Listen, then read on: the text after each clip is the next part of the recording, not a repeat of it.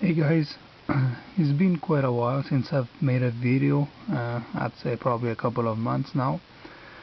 A couple of reasons for that. First reason is that I haven't really seen any knife that that talks to me, that calls to me from the brands that I typically buy, like Sanremu, Ganzo, and Enlan. I found all their stuff to look pretty much the same nowadays, so I haven't really been attracted to anything. So since I haven't been attracted to any of those brands, I decided to try something different, something a bit more expensive than what I usually buy. And of course, since I'm not that rich and I can't spend that much money on knives, I had to wait a couple of months in order to save a few bucks. And instead of buying, let's say, 4 or 5 Ganzos or Enlan, I decided to buy this knife. So this knife, it's a knife, it's not a clone or a copy of anything that I know of, at least. And as far as I know, it's an original design from a company, a Chinese company called CH. So CH has a couple of models out there, but this one, by the looks of it, seems to be the most popular one, and mostly due to the design, I guess. And this one, so, is the CH3504. So this knife is a higher end knife compared to what I usually have. So we have a titanium handle and S35VN steel with a nice stone wash blade. The blade is about 9 centimeters long and it's a high flat grind. Beautiful stone wash, if we can catch it on camera. And so it's a really nice knife, very smooth. Of course, at this price point it runs on bearings and it is very smooth. So once we pass the detent, you can see that the blade just falls, right? Let's try again. So it's very smooth closing and very smooth opening as well. You can light push and it deploys slowly, or we can like hard push and it flies out. So a very nice knife.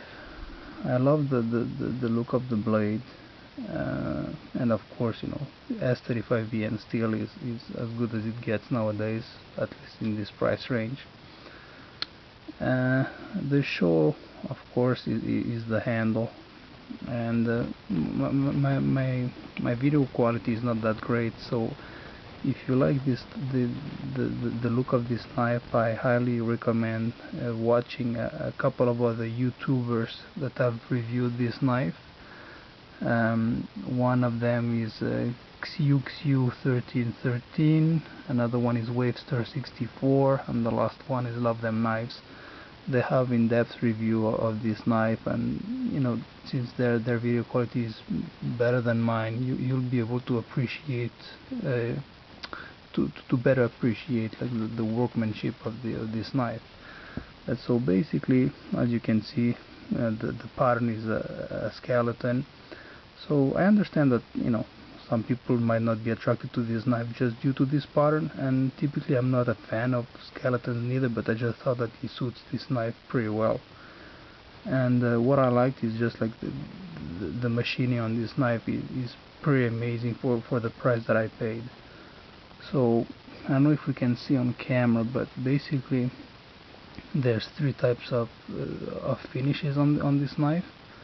So you have the main scale that is milled out with some lines going across, and it's a bluish pattern.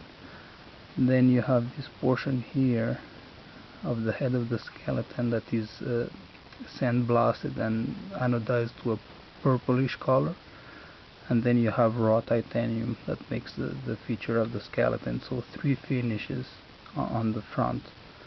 And the back, you just have like the milled titanium at the back. I'm pretty sure the color is not gonna come out pretty good on camera, but if you watch out the other videos, the anodizing on this knife is pretty amazing. The color changes from like a light blue or aqua blue to towards a purple and even green depending on how the light reflects on it. So it's pretty amazing to see. Full titanium back spacer and titanium pocket clip, which is very functional.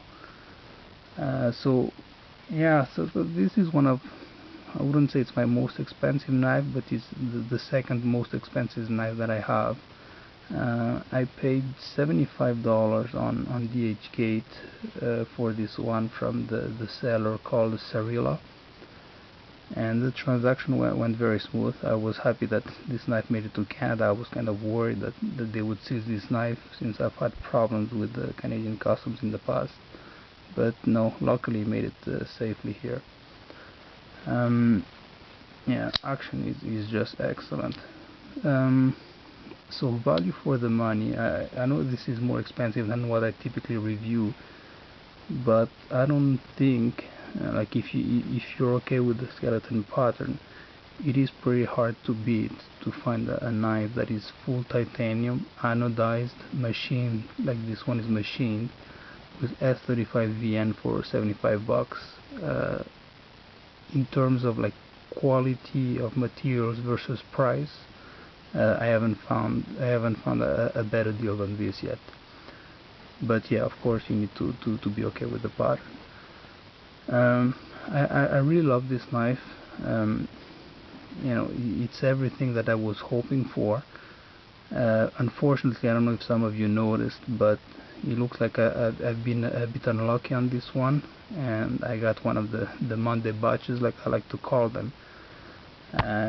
I had a couple of problems with this knife. As you can see, the factory forgot to put two of the screws on the scale, so the ones on the back are there, but they forgot to put the ones on the front.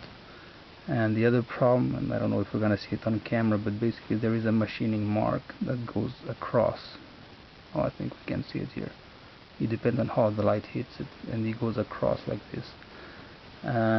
I think I've been pretty unlucky, because of all the reviews that I've looked at about this knife, both on video and written reviews, nobody has ever complained about a quality control issue on this knife. So I'm pretty sure I'm an isolated case. It just sucks to be me. That's pretty much it. The seller is handling it as good as I could expect him to handle it.